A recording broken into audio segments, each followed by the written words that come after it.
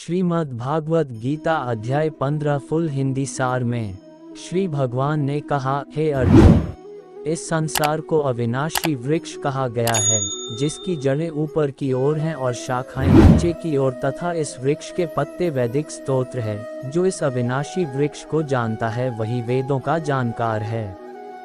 इस संसार रूपी वृक्ष की समस्त योनियां रूपी शाखाएं नीचे और ऊपर सभी ओर फैली हुई हैं। इस वृक्ष की शाखाएं प्रकृति के तीनों गुणों द्वारा विकसित होती है। इस वृक्ष की इंद्रिय विषय रूपी कोम्पलें हैं। इस वृक्ष की जड़ों का विस्तार नीचे की ओर भी होता है, जो कि सकौम कर्म रूप से मनुष्यों के लिए फल रूपी बंधन उत्पन्न करती हैं। इस संसार रूपी वृक्ष के वास्तविक स्वरूप का अनुभव इस जगत में नहीं किया जा सकता है, क्योंकि न तो इसका आदि है और न ही इसका अंत है और न ही इसका कोई आधार ही है। अत्यंत दृढ़ता से स्थित इस वृक्ष को केवल वैराग्य रूपी हथियार के द्वारा ही काटा जा सकता है। वैराग्य रूपी हथियार से काटने के बाद मनुष्य को उस परम लक्ष्य परमात्मा के मार्ग की खोज करनी चाहिए, जिस मार्ग पर पहुंचा हुआ मनुष्य इस संसार में फिर कभी वापस नहीं लौटता है। फिर मनुष्य को उस परमात्मा के शरणागत हो जाना चाहिए, जिस परमात्मा से इस आदि रहित संसार रूपी वृक्ष की उत्पत्ति और विस्तार होता है।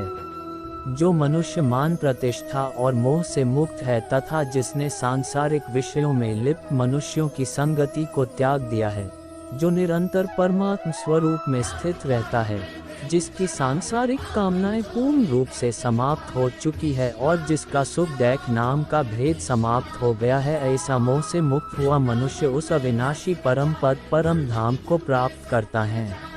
उस परम धाम को न तो सूर्य प्रकाशित करता है, न चंद्रमा प्रकाशित करता है और न ही अग्नि प्रकाशित करती है। जहाँ पहुंचकर कोई भी मनुष्य इस संसार में वापस नहीं आता है, वही मेरा परम धाम है। हे अर्जुन, संसार में प्रत्येक शरीर में स्थित जीवात्मा मेरा ही सनातन अंश है, जो कि मन सहित छहों इंद्रियों के द्वारा प्रकृति के अधीन होकर कार्य करता है।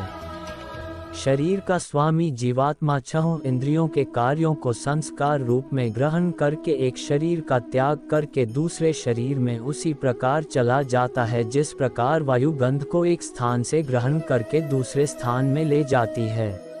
इस प्रकार दूसरे शरीर में स्थित होकर जीवात्मा कान, आँख, त्वचा, जीभ, नाक और मन की सहायता से ही विषयों का भोग करता है।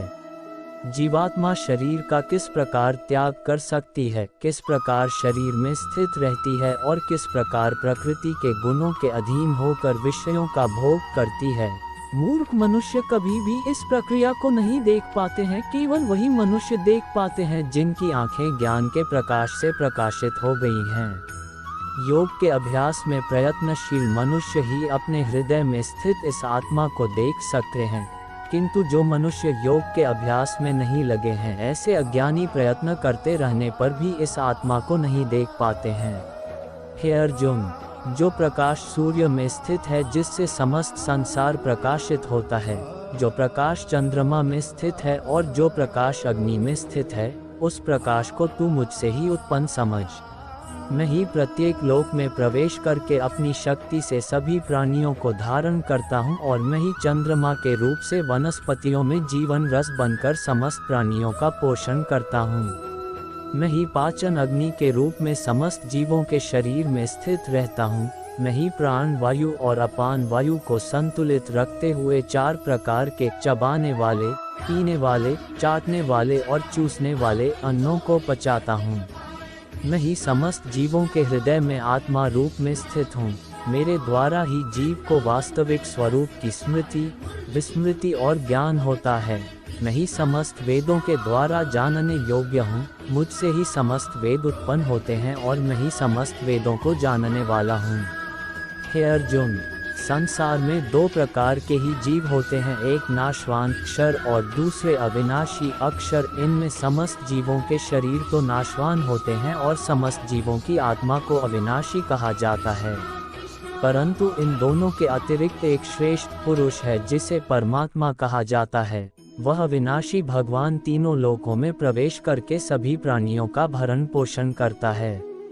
क्योंकि मैं ही क्षर और अक्षर, दोनों से परे स्थित सर्वोत्तम हूँ, इसलिए संसार में तथा वेदों में पुरुषोत्तम रूप में विख्यात हूँ। हे भरतवंशी अर्जुन, जो मनुष्य इस प्रकार मुझको संशय रहित होकर भगवान रूप से जानता है, वह मनुष्य मुझे ही सब कुछ जानकर सभी प्रकार से मेरी ही भक्ति करता है। हे निष्पाप अर्जुन, इस प्रकार यह शास्त्रों का अति गोपनीय रहस्य मेरे द्वारा कहा गया है। हे भरतवंशी, जो मनुष्य इस परम ज्ञान को इसी प्रकार से समझता है, वह बुद्धिमान हो जाता है और उसके सभी प्रयत्न पूर्ण हो जाते हैं। इस प्रकार उपनिषद, ब्रह्मविद्या तथा योग शास्त्र रूप श्रीमद् भगवद गीता के श्री कृष्ण अर्जुन संवाद में पुरुषोत्तम योग नाम का 15वां अध्याय संपूर्ण हुआ। अगला अध्याय देखने के लिए चैनल पर पहली बार आए हो तो चैनल को सब्सक्राइब कर दो और वीडियो को लाइक कर दो ताकि अगला वीडियो डालते ही सबसे पहले आपके पास पहुंचे।